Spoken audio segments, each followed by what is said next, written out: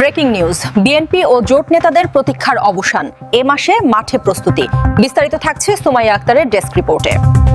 দেশের রাজনৈতিক মহলে এ মাসে বিএনপি ও তার জোট অংশীদারদের দীর্ঘ প্রতীক্ষার অবসান হতে যাচ্ছে বলে খবর পাওয়া গেছে। বিভিন্ন রাজনৈতিক পরামর্শ, বৈঠক ও আলোচনা পরবর্তী সময় দলের নেতারা প্রস্তুতি সম্পন্ন করছেন। বিশ্লেষকরা মনে করছেন এটি কেবল রাজনৈতিক কর্মকাণ্ড নয়, বরং দলের ভেতরে সমন্বয় ও নীতি নির্ধারণের একটি গুরুত্বপূর্ণ পর্যায়।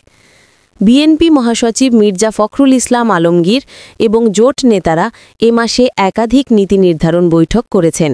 তারা দলীয় কর্মসূচি, নির্বাচনী প্রক্রিয়া এবং সাধারণ রাজনৈতিক পরিস্থিতি নিয়ে বিস্তারিত আলোচনা করেছেন। বিভিন্ন সূত্রে জানা গেছে দলীয় নেতৃত্ব স্থানীয় পর্যায়ে সমন্বিত কর্মসূচি বাস্তবায়নের প্রস্তুতি নিচ্ছেন। এই মাসে রাজনৈতিক পরিস্থিতি দেশের বিভিন্ন মহলে লক্ষ্য করা যাচ্ছে।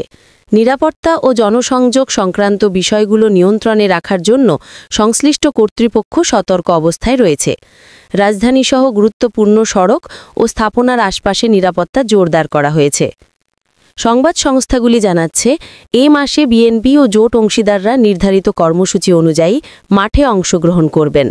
তারা শান্তিপূর্ণভাবে তাদের রাজনৈতিক অবস্থান প্রকাশের পরিকল্পনা করছেন।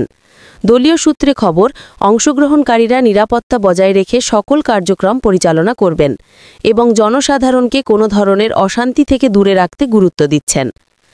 রাজনৈতিক বিশ্লেষকরা মনে করেন এটি দলের অভ্যন্তরীণ সমন্বয় ও নীতি নির্ধারণের জন্য একটি গুরুত্বপূর্ণ মুহূর্ত।